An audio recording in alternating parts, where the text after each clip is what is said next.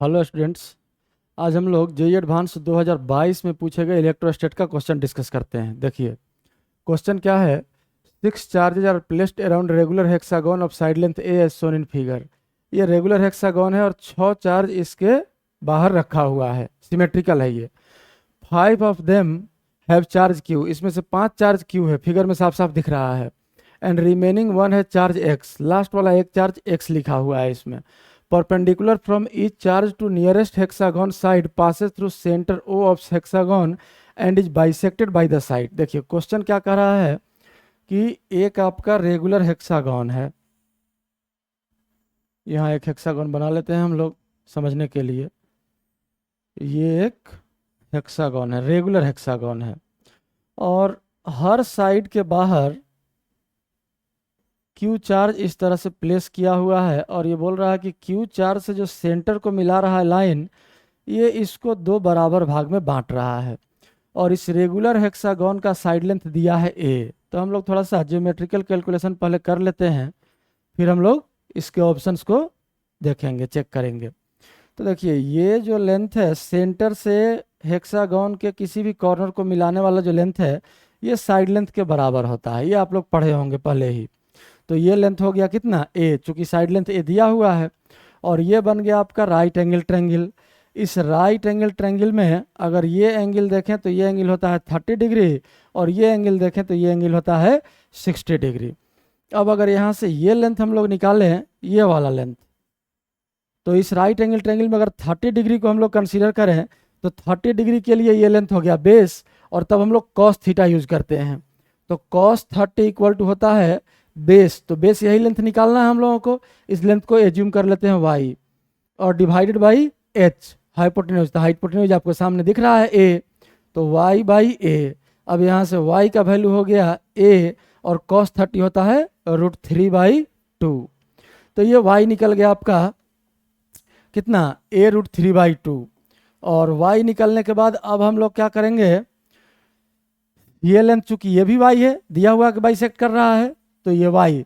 तो चार्ज से सेंटर तक का अगर टोटल दूरी हम लोग देखें तो चार्ज से सेंटर तक का दूरी कितना हो जाएगा, 2y। तो 2y का वैल्यू यहाँ हम लिख लेते हैं। 2y इक्वल टू कितना हो जाएगा, a√3/2 का डबल कितना हो गया, √3a।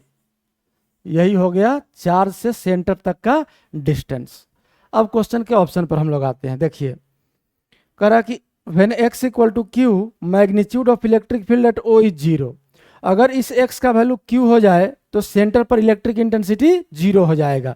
तो ध्यान से देखिए, ये ऊपर वाले चार्ज के कारण जो इंटेंसिटी नीचे की तरफ होगा, नीचे वाले क्यू के कारण वही इंटेंसिटी ऊपर की तरफ होगा। तो ये दोनों एक दूसरे को कैंसिल कर दिया। उसी तरह इस क्यू का इफेक्ट ये क्यू कैंसिल करेगा, इस क्यू का इफेक्ट ये क्यू कैंसिल करेगा। तो हर एक चार्ज अब उसके अपोजिट वाले चार्ज के कारण इलेक्ट्रिक फील्ड सेंटर पर क्या हो जा रहा है, कैंसिल हो जा रहा है। इसका मतलब पहला ऑप्शन सही है।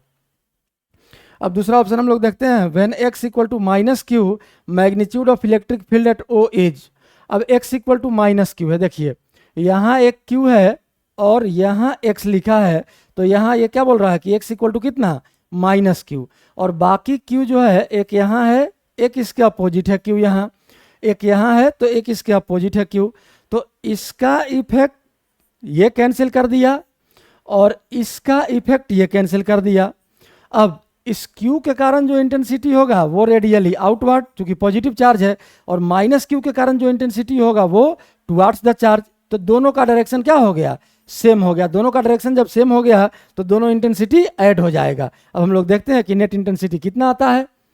तो देखिए Q चार्ज के कारण, पॉइंट चार्ज के कारण इंटेंसिटी होता है K का वैल्यू क्या होता है, 1/4πε0 KQ।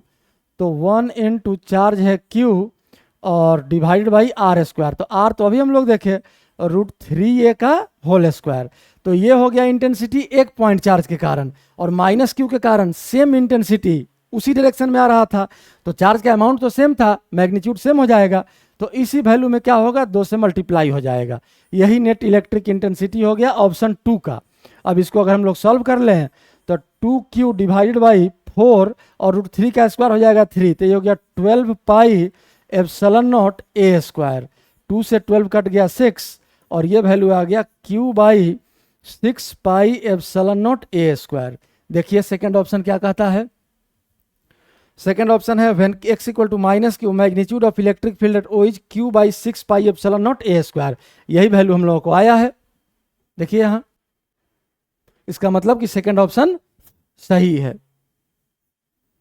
अब यहां हम लोग देखते हैं थर्ड ऑप्शन, कह रहा है कि when x equal to 2q potential at o।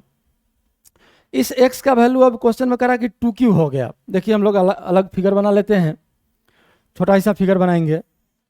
यही आपका रेगुलर हेक्सागन, यहाँ चार्ज है Q, यहाँ भी Q, यहाँ भी Q, और यहाँ बोल रहा है 2Q, यहाँ Q और यहाँ भी Q। और सेंटर से हर चार्ज का दूरी हम लोग निकाल चुके हैं, हम लोग को दूरी पता है कितना, √3 है, हर चार्ज का √3 है। अब यहाँ देखिए पोटेंशियल का वैल्यू क्या होता है, पोटेंशियल का वैल्यू होता है KQ/R, पॉइंट चार्ज के कारण। तो हर एक चार्ज से जब डिस्टेंस सेम है पॉइंट का, तो चार्ज का अमाउंट KQ/R, KQ/R, KQ सबके लिए ऐड होगा। तो टोटल चार्ज हम लोग ऐड कर लेते हैं, Q 5 बार 5Q और एक जगह है 2Q, तो टोटल कितना हो गया 7Q। तो इसी एक्सप्रेशन को हम लोग इस तरह से लिख लेंगे, V इक्वल टू 7 KQ/R। अब K का वैल्यू पुट कर देते हैं, तो बच गया ये ऊपर में 7Q और डिवाइडेड बाई K का वैल्यू 1/4 पाई एप्सिलॉन नॉट, और R का वैल्यू आप जानते हैं कितना है √3a। R का वैल्यू यही निकला है, यही R है इसको इस ऑप्शन के लिए।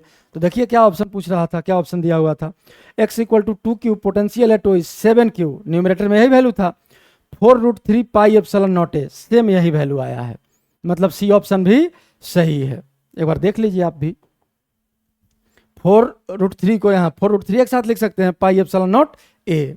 अब देखिए चौथा ऑप्शन क्या है, तो x के वैल्यू बोल रहा है कि -3Q है, तब पोटेंशियल पूछ रहा है, x का वैल्यू यहाँ -3Q दे दिया। अब देखिए x का वैल्यू अगर -3Q दे दिया तब क्या हो जाएगा पोटेंशियल नया, अभी क्या बोले सारे चार से डिस्टेंस जब सेम है तो सिर्फ क्या हो जाएगा K और Q नेट और डिवाइडेड बाई R। तो Q नेट कितना हो गया 5Q है और एक -3Q है, तो नेट Q क्या बचा 2Q बचा। तो ये वैल्यू हम लोग लिख सकते हैं, Q नेट का वैल्यू 2Q और K का वैल्यू 1/4 पाई एप्सिलॉन नॉट, और R का वैल्यू हम लोग देख चुके हैं कितना है √3a।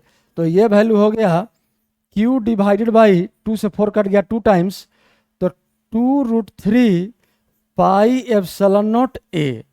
अब ये ऑप्शन हमको लगता है कि मैच नहीं कर रहा है, देखिए यहाँ क्या ऑप्शन है -3Q और ऊपर में हम लोग क्या आया है +2Q आया है, तो ये ऑप्शन गलत हो गया। तो इस क्वेश्चन में 3 ऑप्शन सही है, A, B और C। अगर लॉजिक सही लगा हो तो वीडियो को लाइक और चैनल को सब्सक्राइब जरूर करें।